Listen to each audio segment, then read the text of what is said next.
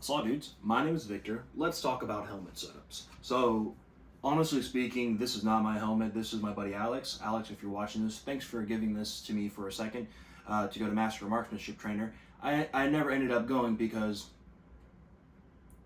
people don't want to do their jobs, so I didn't go to Benning for Master Marksman, whatever.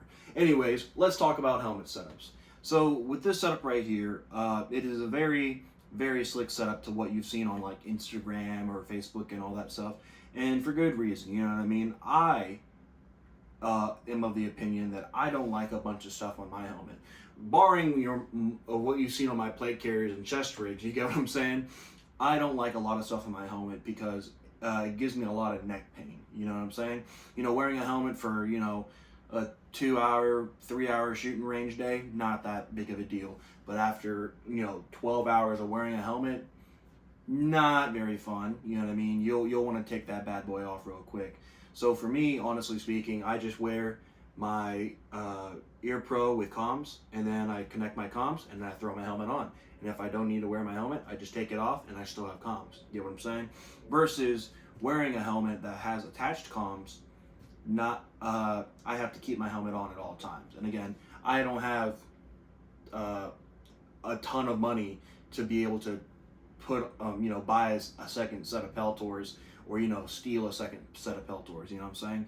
Anyways, just that was in Minecraft. That was a joke. Anyways, let's talk about this helmet setups and considerations you could use for your helmet setup.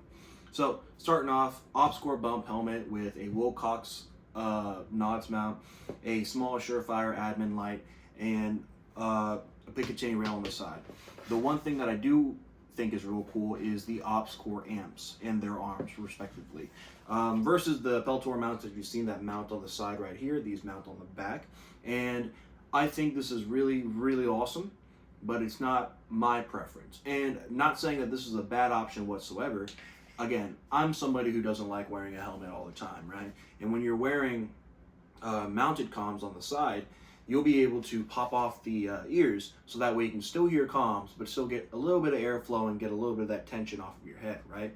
Versus these bad boys right here, if you're wearing this on your head, let me go ahead and make myself look dumb for a second. There you go. I mean, they do not have like a half seized position on this. It is either out or in. But to be highly fair, once it's on there, unless you're like, in like the back of an LMTV and the guy's driving at 80 miles per hour, they don't get that fast. But you get what I'm saying. If they're driving real recklessly, you don't even need the chin strap to keep this bad boy on. But the idea is that I want to be able to hear my comms, and if I'm wearing a mounted comm setup, I'd want them right there. You know what I mean? Just it sounds kind of dumb, but when you're wearing it for a long period of time, just that little bit of airflow gives you that nice and gets that little headache out of your head. You know what I mean? Just for a second before you have to put the mech on.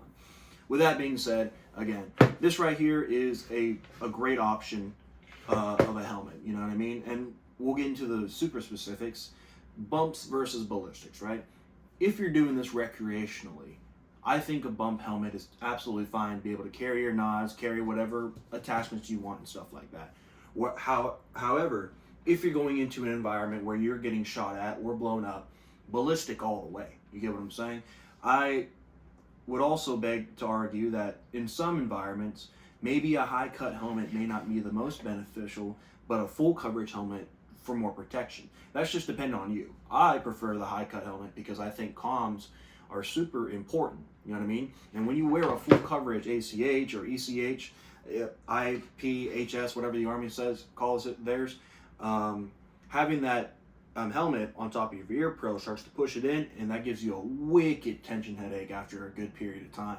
Versus a high cut, I just plop it right on, chin strap, and we're good to go. You get what I'm saying? Again, that's just how I do it. You know what I mean? I prefer to just have my ear pro and then throw my helmet on, and whenever I don't need to have it, I take it off. You get what I'm saying? But there still may be times that you need to have your ear pro or comms. You know what I mean? Whether it's on the gun line of a mortar team, where you go on the gun line real quick and then you come off the gun line for a second, just listen to air traffic and to UFOs, totally fine to keep your Air Pro on, you know what I mean? But you're still next to the gun line, still super dadgum loud, you know what I mean? You may be next to a range where you don't have to wear a helmet, boom, you throw these bad boys on. I don't know, whatever works for you is what works for you. If I were to be wearing a helmet 24/7, I would prefer to have my comms mounted and then maybe a couple of extra items here and there. I would definitely switch this out for an IR capable light, so that way I can use that flood from an IR light, and then from there have a little admin light to use for a red lens so I can read maps and stuff like that. I would also stick a second pair of eye pro, like goggles or something like that, just in case if I need them. And then lastly, if I were wearing nods for a long period of time, right? You know, 12-hour shift, I would recommend a counterweight as well. The ACHs are really awesome, being able to balance the weight of the PVS-14 you have in the front.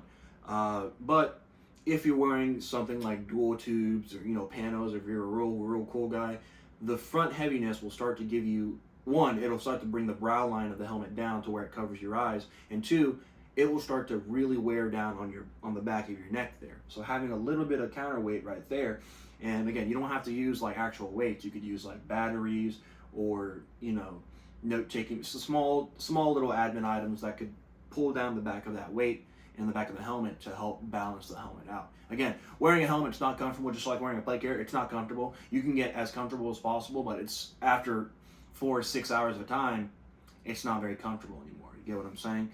I can not understand people that are like, yeah, I wore this all day and I didn't feel anything at all. I'm like, dude, you are built different, because I get tired after wearing a helmet after 30 minutes, but that's just because helmets are annoying.